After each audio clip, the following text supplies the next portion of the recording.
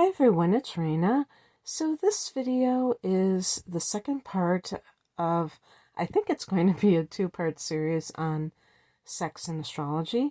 And this one is focused on abuse and transactional sex, which can mean sex work or marrying for money, but then sex comes into it. And I'm going to start by looking at the signs that might be more prone to sexual abuse. I can tell you that any sign is capable of experiencing it, but also looking at the houses that can indicate that sexual abuse took place. Of course, I'm talking about during childhood, adolescence, and how that also relates to what happens later on with the person and the planets in the houses that might indicate these things.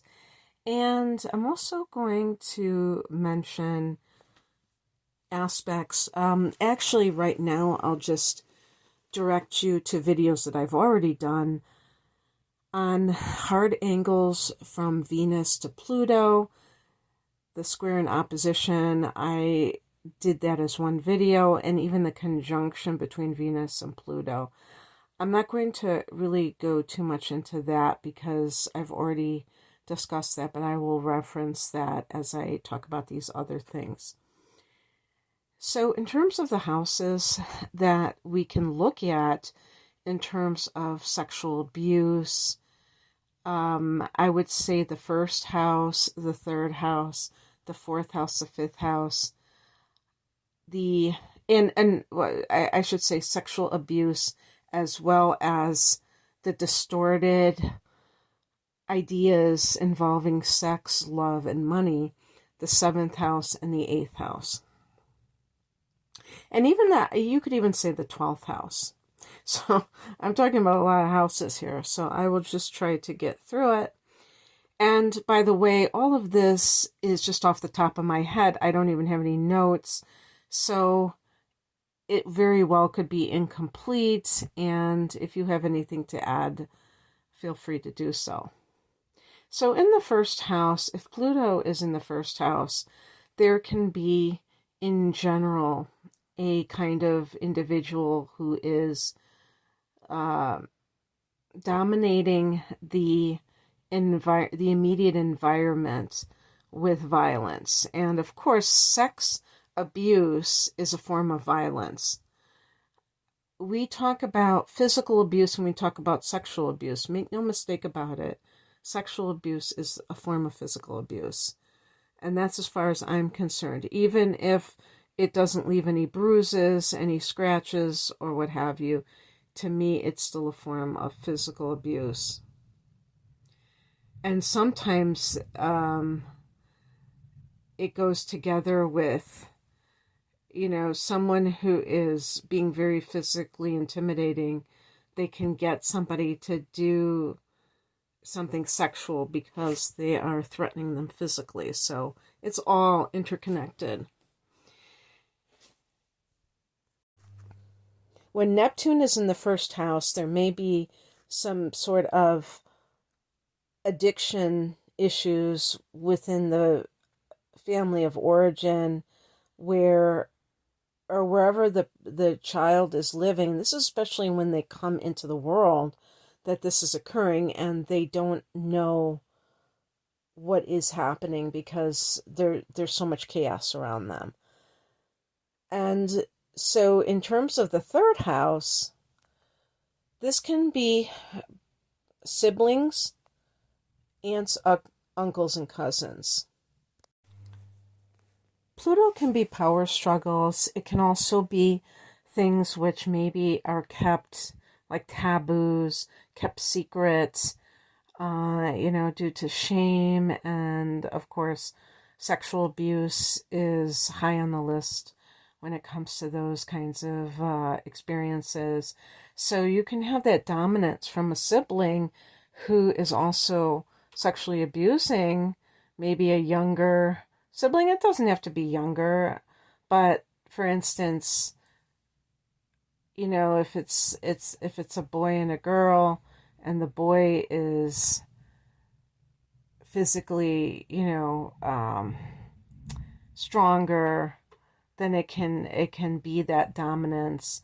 But just in terms of the secrecy of it, I could see that happening, taboo, and, because it's within the family. But again, maybe it's an uncle.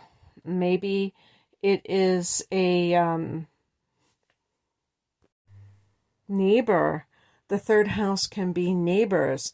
And I was thinking of like friends of the family. I don't know what house that would represent, but let's just include it in that house. And as far as it goes, like friends of the family, where let's say I'm going to be using males as my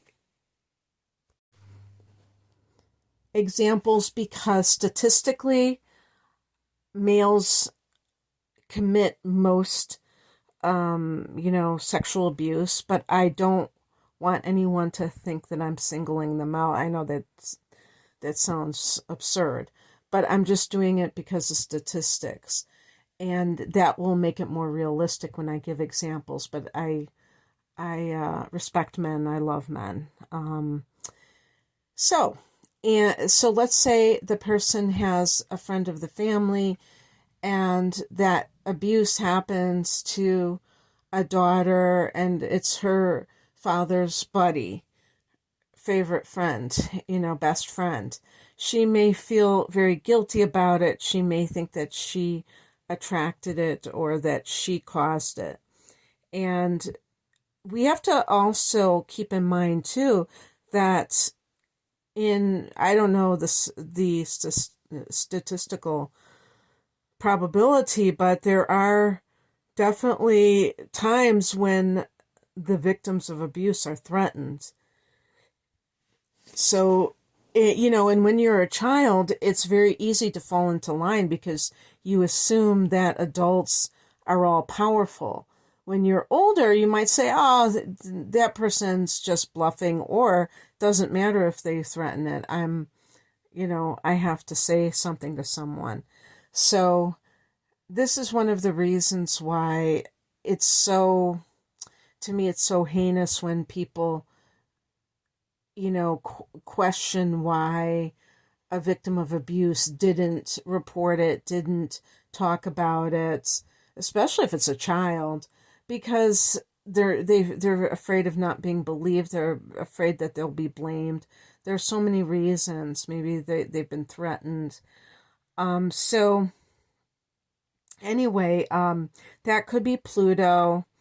Also, Saturn, that's a planet that I didn't mention the first house. I really think, I'm not sure that I would associate Saturn, the third house, with sexual abuse, to be honest with you. I think that it's more, to me, about the eighth house, and I'll get to that when I get there. In the fourth house, and also if a child goes to boarding school or even in the regular school, because the third house can be elementary school years, and I think they even include high school in this. So maybe that would be the case, but there is sexual abuse that actually occurs in the schools. So that could be what's going on.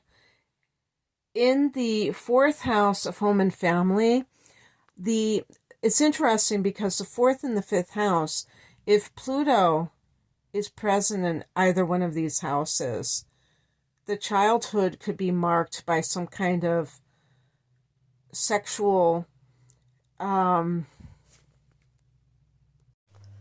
undertones of some sort, and we could characterize these as unwholesome, because childhood is supposed to be a time of innocence, and if there is something going on, even if it's not directed to the child personally, it still can produce feelings of having been violated. I'll give you an example of this indirect form of abuse. In the fourth house, this can sometimes be the mother. Some people say the father's the fourth house. I keep bringing this up because I'm still like appalled that there are. I just heard an astrologer talking about it, and I just vehemently disagree with that. But in any case, let's say that there is a single mother and she has a son and he's like the oldest child. And, let's say her man or the child's father left her, and she turns to the son to be like the surrogate father or husband. And she kind of parentifies that child, but it's also kind of, in some cases, it can be emotional incest, because the mother may be confiding in her son and telling him she's lonely. Maybe she puts down his father, and I'm sure that there have been situations where there has been molestation that occurred between the mother and the son.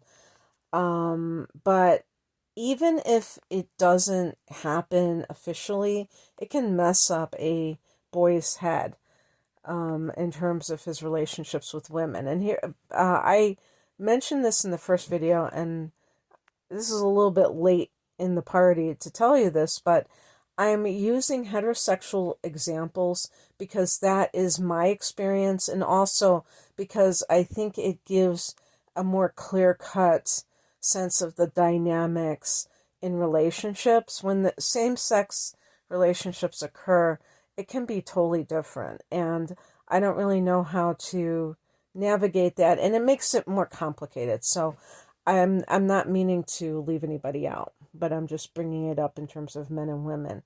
And also, I'm coming from Generation X, which is more of the traditional male-female relationship. I think younger generations, it's almost the opposite, where the woman is in the man's role and the man is in the woman.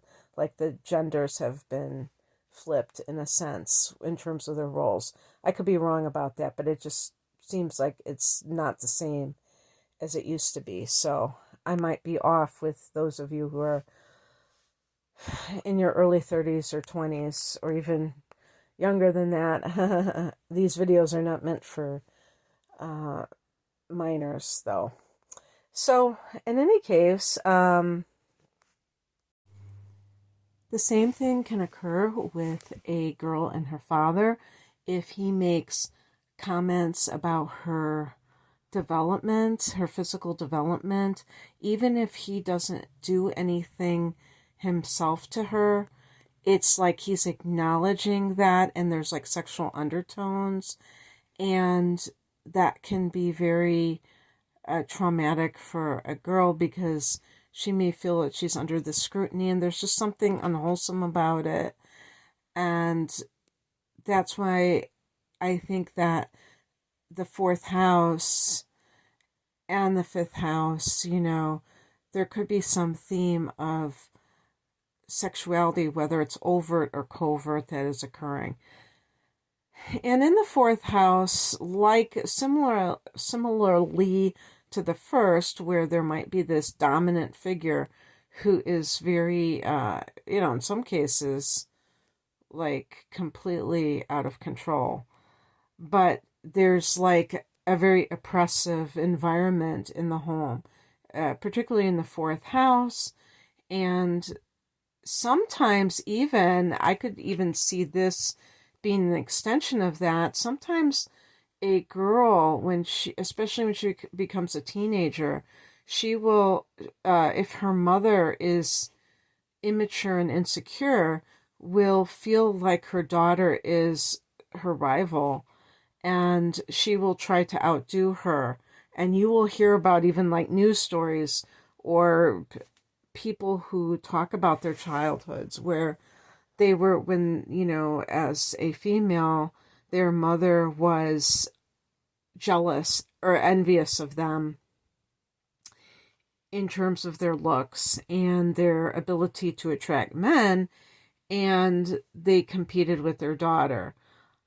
So, sounds like a Jerry Springer episode, doesn't it? And I'm sure that he had plenty of those cases. Yeah, as I recall, when I used to watch those talk shows, they would have the mother who slept with her boyfriend, her daughter's boyfriend, and I'm sure some of them were even, really young, and not talking about in their 20s either, which is really yuck. But these kinds of things happen, and even, well, I don't know if we could say even more egregious, but certainly also horrifying, is the girl who is who has the mother's boyfriend come on to her, and he's actually, sometimes these men target single mothers with children because they're sexual predators. Whether you can call them official pedophiles or not doesn't matter. They're underage girls or even boys, and the man is deliberately getting with a woman who probably, in a lot of cases, is desperate, emotionally desperate. She feels that because she has children, she's not an attractive potential partner for a man, and so she's so grateful that a man gives her the time of day, not realizing that he's actually going after her daughter. And there are some nightmare scenarios that can be associated with that. And these, in some cases, the girl may tell the mother that it's happening, and the mother will get mad at the daughter. And that's just, so twisted. And yet, I tried to look at all sides of the situation. And it's obvious that in those situations, the mother is not emotionally developed. And that is her go-to reaction, is to, blame the person who's coming between her and that man. And you will see sometimes that the mother will pick the man over the child, which is really sad because there have been some very tragic results. And of course that goes to the mother's trauma too. So it's not like it's like the mother isn't suffering as well, but of course the mother is supposed to be protecting her child or children from any threat. So her her emotional fulfillment isn't supposed to come before her children's safety. But that's in an ideal world, and unfortunately that does not always occur. Neptune in the 4th house can also, can be haziness in the family of origin. It's known as the house of the skeletons in the closet, which can involve any kind of shameful secrets that the child is privy to, that the child may be a part of, and that can include sexual abuse. But in some cases, this is another thing that happens that's terrible, is that the child will say to the parent, or some adult, I'm being sexually abused by so-and-so, and the parent will say, no, you're making that up, you're imagining things. And so the child starts to think, maybe this is just a dream. Neptune can be deception, Neptune can be confusion. It can be delusion. So things become very, very distorted in the 4th house. You can have a mentally ill parent in the 4th house. I would say the mother, or maybe she has an addiction. And in some cases, that's when the male, whether it's the father or the mother's boyfriend, take advantage of the daughter or the children in general because the mother's incapacitated in some way. in the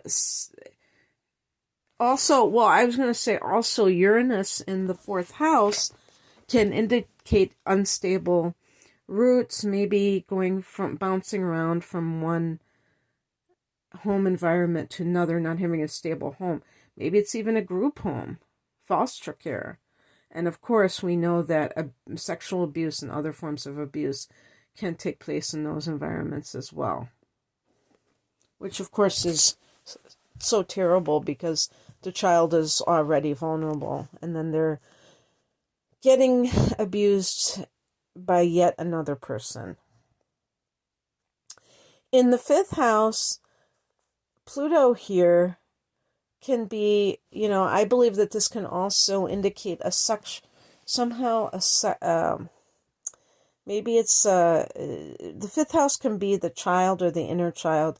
And Pluto here, I feel can make it so that the child is, they lose their childhood too early because of sexual abuse. And there's some reason, if there's a conjunction between Saturn and Pluto in general, that might even indicate the father or some authority figure. But for some reason, this is like a premature thing for the child to delve into in some way. So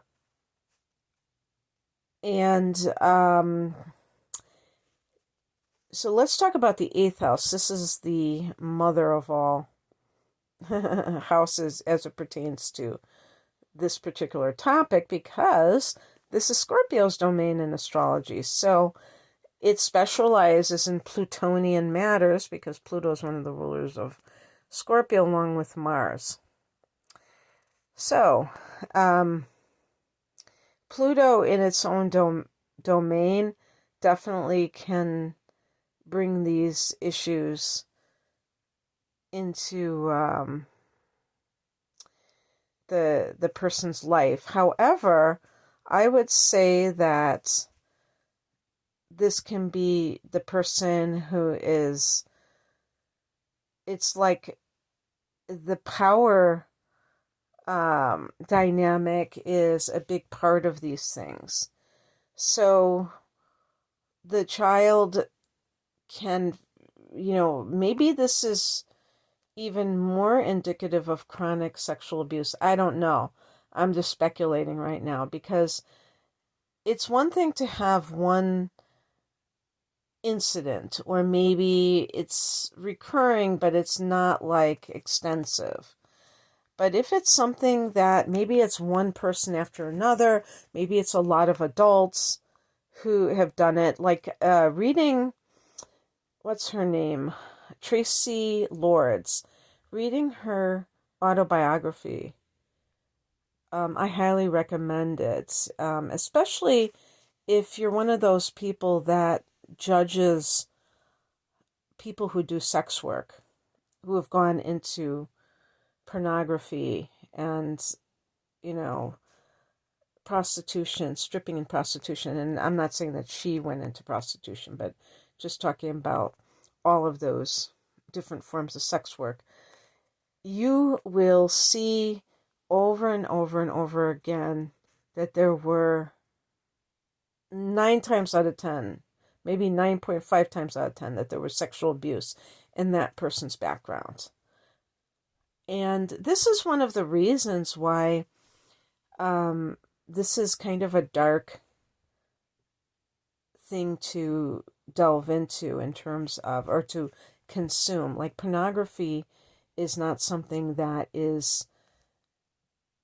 comes without that is a victimless type of, whatever you want to call it, media or entertainment or what have you. So if you take away the morality issue from it and just look at it in terms of, who is doing it and why, you will see over and over again it's victimized people. And even people who consume it can be victimized people on both ends.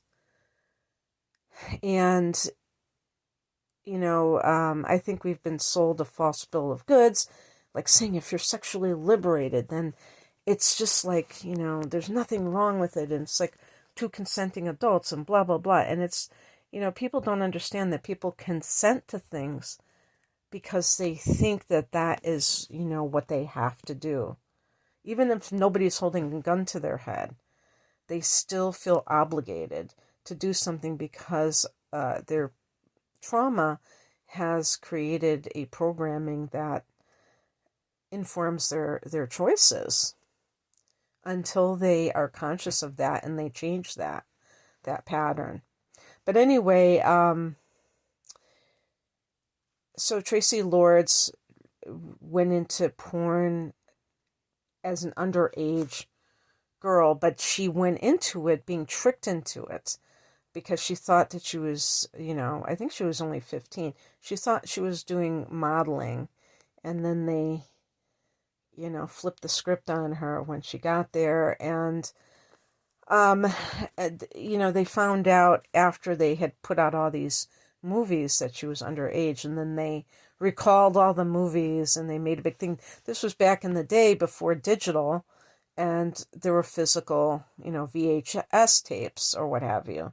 So, they destroyed as many tapes as they could, the magazines that she had appeared in that when she was underage, and it was a big scandal.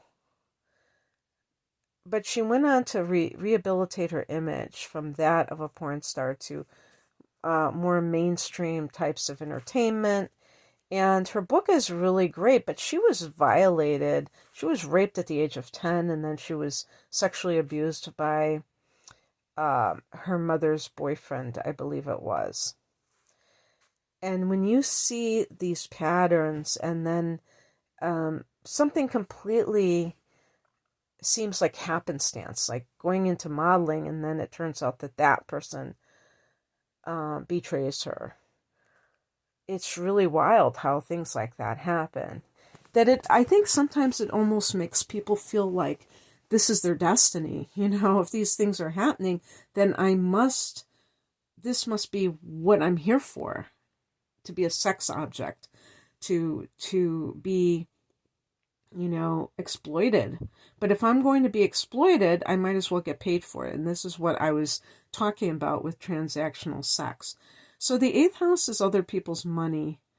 And when somebody has like Venus in the 8th or Jupiter in the 8th house, they can benefit from other people's money financially. Now, this can come in the form of inheritance, but it can also come in the form of marrying somebody with money. And it's not to say that in every single case, if a person has Jupiter in the 8th house and they in fact do marry somebody who has a really well-paying job, that they don't love that person. I want to make that very clear. If you have this placement, if you have Venus here or Jupiter here, I'm not saying that you're a gold digger or anything like that. The only thing I would say is if you really have this belief that you need to marry someone because they have a lot of money, then even if you claim to love them, the money angle is very important to you. And when that becomes like very important in the relationship, like material things, the other party is usually going to expect like there's going to be some kind of energy exchange. So in those types of relationships, especially if it's like a May-December type of relationship, you see that a lot in Hollywood, where the man is a lot older than the woman. She's the eye candy. She's the person on his arm where he can look virile. But in private, they may also have a relationship where she's expected to put out every time that he wants. And in less exaggerated relationships, when it's just like two people, maybe they don't have an age difference, but you do have the man making a lot of money and the woman, maybe she's a stay-at-home mother, but he's really providing this great lifestyle that is such a cut above what she grew up with. She may feel obligated to kind of provide that service to him because she feels like that's what their arrangement is, in terms of, even if she does love him, if she's not bringing in money herself, or it's just a fraction of what he's bringing in, she may feel obligated to provide that for him. And that creates, to me, that's problematic, and that's transactional sex. That's not something that's coming from free will. That's not something that is, coming from the person's own necessarily their desire, but just what they feel is their duty. So it's a totally different vibe. But how do people get into that situation? Well, that can start long ago, when they felt like they were a commodity. So they decide to capitalize on it. And you see this with women who become strippers.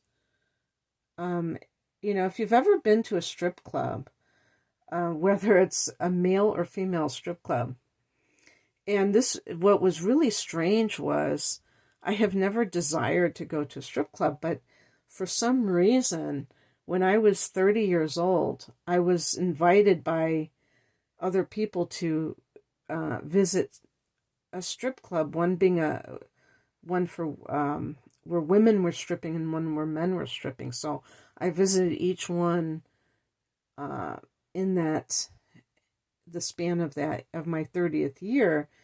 And, I came away with a very negative feeling about it. And I also saw that it was just, it just didn't make sense to me. It was just like, basically the stripper was taking all the money from these people. And I'm assuming that people were, horny for the stripper or whatever, but that meant that they gave up their money. That's what I'm talking about, where money, desire, and sexual desire get twisted and mixed up, and people do foolish things under that influence of sexual desire. This is how so many women have manipulated men financially. Or you have the case of the sugar daddy. I don't even know if all sugar daddies are actually having sex with those women. It's almost like kind of like the promise of sex. You can educate me if you have more knowledge on this, but some women, they get all their bills paid by these men, usually these older men who, they might just be lonely, and they're giving away they're opening their wallets, for that illusion. When Saturn is in the 8th house, the person can feel blocked by something like sexual abuse. So they may feel like they can't move on from that. It's like this albatross around their neck, the abuse itself, and it can lead them to be very controlling, to micromanaging their lives, to micromanaging others, to be sexually inhibited, or there's a blockage there in some way. And maybe if this is a secret, since the 8th house can represent secrets, it's a secrets that kind of weighs them down. because Saturn can represent the father or an authority figure, this can be that, in the 8th house, it can be that shame that is coming from the secret shame, from abuse from some sort of authority figure, maybe even a member of the clergy. So maybe Pluto in the 9th house could be that as well. And I want to go back to Pluto in the 7th house, because this is the house of Libra, committed partnerships. Pluto here can be that the control issues are present within that marriage. Like maybe the person attracts relationships, and this is like a pattern where there are control issues or power issues between the couple. And money is one of the ways that people try to control others.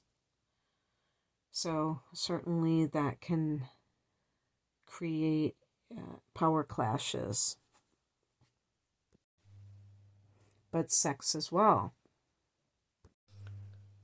So let's see. And you can always say Mars in the 8th house. That might be kind of a violence, and that might even have a sexual nature being in the 8th house, because the 8th house is one of the houses that is connected to sex. Also, when I was talking about sex work, I was just talking about the natural progression from being sexually exploited and then deciding to turn the tables. So I wasn't like thinking of a particular house, but I think I was reading something yesterday where they associated the 8th house with sex work.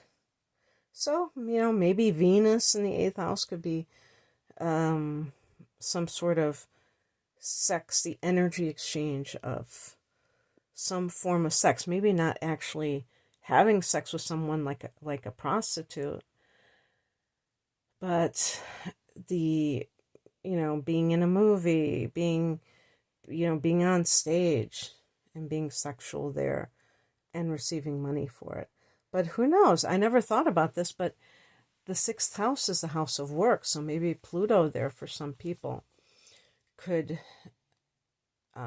illustrate that, doing sex work. One of the things about Pluto is that it can be a healer.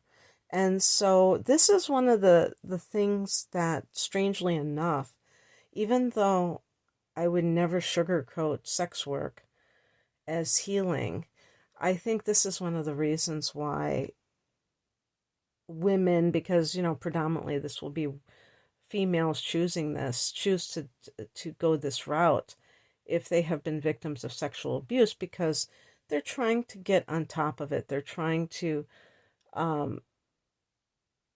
empower themselves by this, this area of life.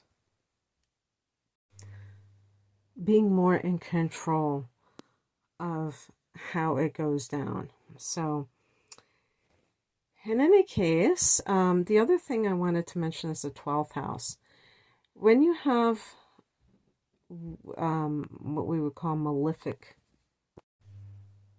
planets in the 12th, this can indicate that, and I don't choose to call planets like Saturn and Mars and Pluto malefic.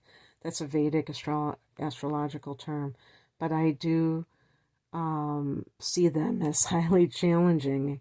In any case, in the 12th, this can indicate some kind of trauma, but at such a deep level that the person has buried it in their, some people call it the subconscious mind. I would call it the unconscious mind, where it is so far down that the person has no recall. This is why some people who have been sexually abused suddenly get triggered by some memory and then it all pours out.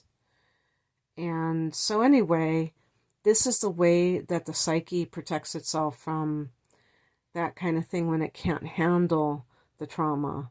It can't make sense of it or handle it, so it protects the organism, the being, from having to carry around that memory on a conscious level.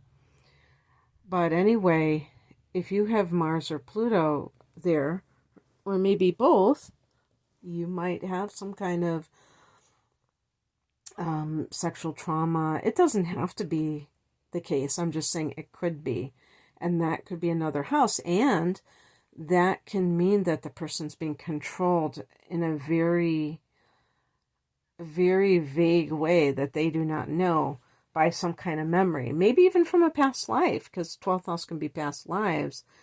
And so the person, but I wanted to stick to this life, so I'll just talk about deeply buried trauma from this lifetime. And you will have people who are very like anti-sex, and what I mean by that is that they don't even like to hear about it, or they become very reactive, and they feel violated if somebody says anything sexual. And I mean, even if they notice that someone is coming on to them, they overreact to it. And that, sometimes a person is well aware of why they're reacting the way that they are, but sometimes they're not.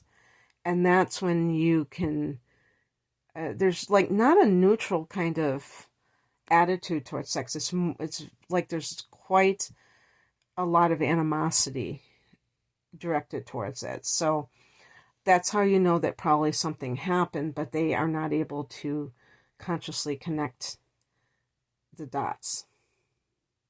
So I'm going to leave it there. I hope that this gave some more astrological insights, and thank you for listening. Bye.